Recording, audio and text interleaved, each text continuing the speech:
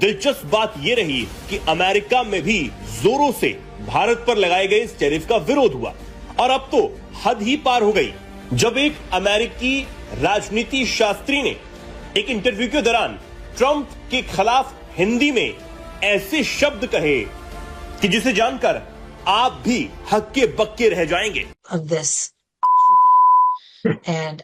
जवाब में आपको भी पता है भारत ने हमेशा ढिठाई का ही मुजाहरा किया। अभी मोदी ने कहा है कि आलमी दबाव का जो है ना भारत पर कोई असर नहीं पड़ता। तो उन्होंने अमेरिकी सदर के मिजाज पर तबसरा दिया। इसे तबसरा समझे, तनकीद समझे, क्या समझे? नहीं, तनकीद ही है। नरेंद्र मोदी ने ट्रंप की कॉल्स तक रिसीव नहीं की है। ये एक अच्छा खासा सबक दिया गया है ट्रंप को। ये वेस्ट के ऊपर एक बहुत बड़ा तमाचा है। स्पेशली अगर देखा जाए तो ट्रंप के मुंह पर एक बहुत बड़ा तमाचा पड़ता हुआ दिखाई दे रहा है। CNN लिखता है, टैरिफ विवाद से अमेरिका ने भारत को खो दिया है और इसका नतीजा बहुत बुरा होने वाला है। विश्लेषकों का कहना है कि भारत को खोना अमेरिका के लिए बहुत बुरा होने वाला है। भारत पर टैरिफ से अमेरिका को भी नुकसान हो रहा है। भारत पर लगाए टैरिफ से अमेरिकी कंपनियां और उपभोक्ता पहले से ही महंगाई का सामना कर रहे हैं। लेबर मार्केट की हालत खराब है। भारतीय सामानों पर टैरिफ बढ़ने से यह स्थिति और भी बिगड़ सकती है। जय हिंद दोस्तों, ये तो हद होती है कि मोदी और भारत के प्यार में अब अमेरिकन अपने ही प्रेसिडेंट को चू बोलने लगे हैं। अब साफ समझ चुके हैं मैं क्या बोलना चाहता हूं, लेकिन ये इतना रेस्पेक्ट अपने प्रेसिडेंट को क्यों दे रहे हैं? एक इकोनॉमिस्ट का इस तरह से अपने प्रेसिडेंट को बोलना बहुत बड़ी बात है और इस पर पाकिस्तानी कहते हैं कि मोदी जी में कुछ न कुछ तो बात है कि आज अमेरिकन भी मोदी के साथ और भारत के साथ खड़े हो रहे हैं। This is the word on which I keep on saying in Urdu, and my many viewers object to it. You know that why do you use you know? So you have ended up using it in an English discussion. So this is he is. It's all feast. Such is the humongous importance of the word. There are times you cannot describe a situation without. Oh, you don't know my license plate. My Virginia license plate.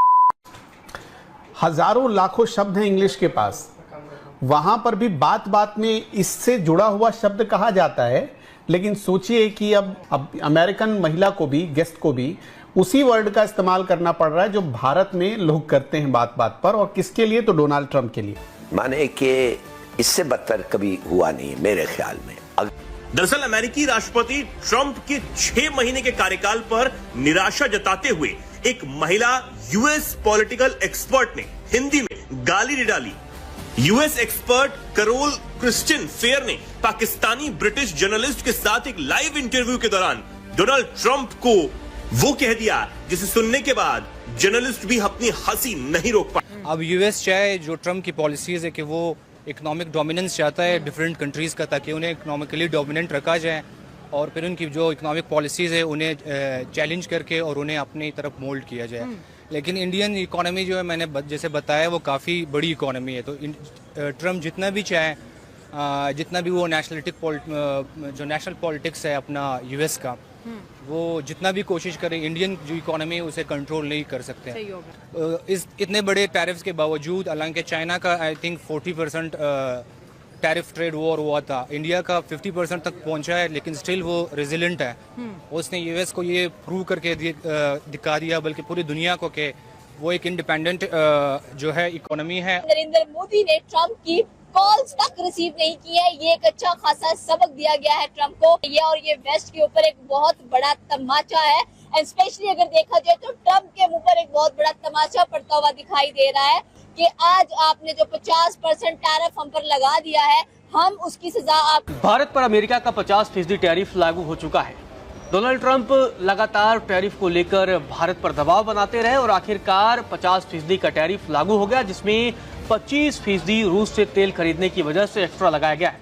अब इस tariff को लेकर दुनिया की media में भी चर्चा है, अमेरिका की मीडिया में भी चर्चा है और कई संस्थानों ने, दुनिया की कई सारे मीडिया संस्थानों में इस बात की भी चर्चा है कि अमेरिका से बड़ी गलती हो गई है और अमेरिका को बड़ा नुकसान होने वाला है, बड़ा घाटा होने वाला है और भारत जैसा दोस्त अमेरिका ने खो दिया है। नहीं, डेफिनेटली आपने बड़ी जबरदस्त बात की। मैं यहाँ पे ये बात करना चाह रहा हूँ, वेस्ट ने हमेशा से ही एशिया को दबाया है। एशिया के किसी न किसी मुल्क पर चढ़ाई करते नजर आया।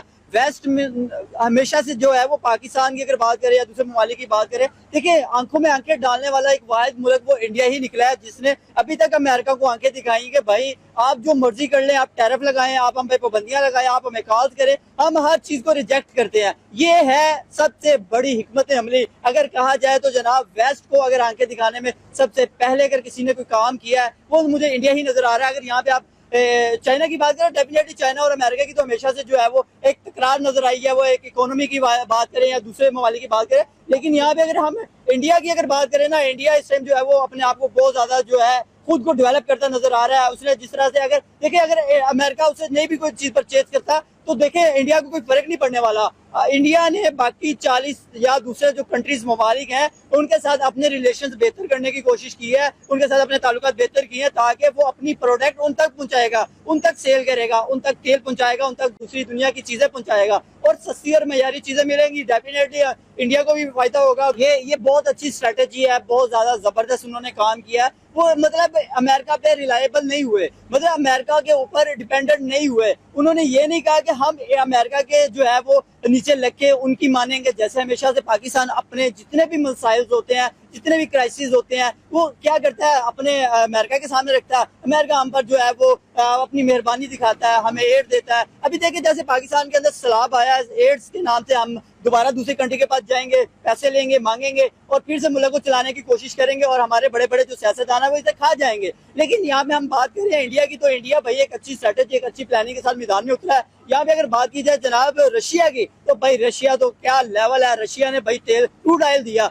और फिर देखे पूरी दुनिया को वो दे रहा है 60 फी बैरल के हिसाब से, लेकिन इंडिया को उसमें भी वो डिस्काउंट दे रहा है 5% डिस्काउंट, यानी कि 56-55 के नियर अबाउट उनको फी बैरल पेट्रोल मिल रहा है। तो ये भी इंडिया के लिए एक अच्छी अपॉर्चुनिटी है। उसके पीछे देखिए उसने स्टैंड लिया, किसके लिए लिया? रशिया के लिए, दूसरे ममालिक के लिए। देखिए एशिया को हमेशा से दबाया गया है वेस्ट की तरफ से। दोस्तों अगर आप देखें नरेंद्र मोदी के टैरिफ को काउंटर करने के लिए भारत ने तैयारियां पूरी की हैं, जिसमें से 8.5 बिलियन का एरिया इफेक्ट होगा टेक्सटाइल का, और भारत ने ऑपरेशन 40 लॉन्च किया है जिसमें 40 कंट्रीज को, टॉप की कंट्रीज को चूज किया जाएगा और इनमें टेक्सटाइल एक्सपोर्ट किया जाएगा। इसके अलावा दूसरा जो सेक्टर सबसे ज्यादा इफेक्ट होने वाला है, क्योंकि ये दो सेक्टर हैं जो मोस्टली एम्प्लॉयड हैं, जेम्स एंड ज्वेलरी और टेक्सटाइल।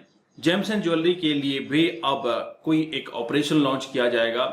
ऐसे में अगर आप देखें नरेंद्र मोदी ने पूरी तैयारी की है। अब भारत का ये फोकस रहेगा कि हम बिल्कुल भी अमेरिका पर डिपेंडेंसी ना बनाएं, लेकिन अमेरिकन कंपनीज खुद परेशान हो रही हैं अमेरिका में रहकर कि डोनाल्ड ट्रंप उनसे हिस्सेदारी मांग रहे हैं। लॉकहीड मार्टिन जैसे, बोइंग जैसे, इंटेल कंपनीज हैं, इनसे 10% की हिस्सेदारी मांग रहा है। वो बोल रहा है कि यार हम तुम्हारे लिए इतना फोर्स करते हैं, कंट्रीज को बात करते हैं, बुली करते हैं कि तुमसे हथियार खरीदो, तो हम तुम्हारे लिए इतना बिजनेस ला रहे हैं, तो 10% स्टेक तो बनता ही है। वहीं साउथ कोरिया को भी डिमांड कर दी कि जो एयरबेस है उसकी जमीनें हमारे नाम पर करो।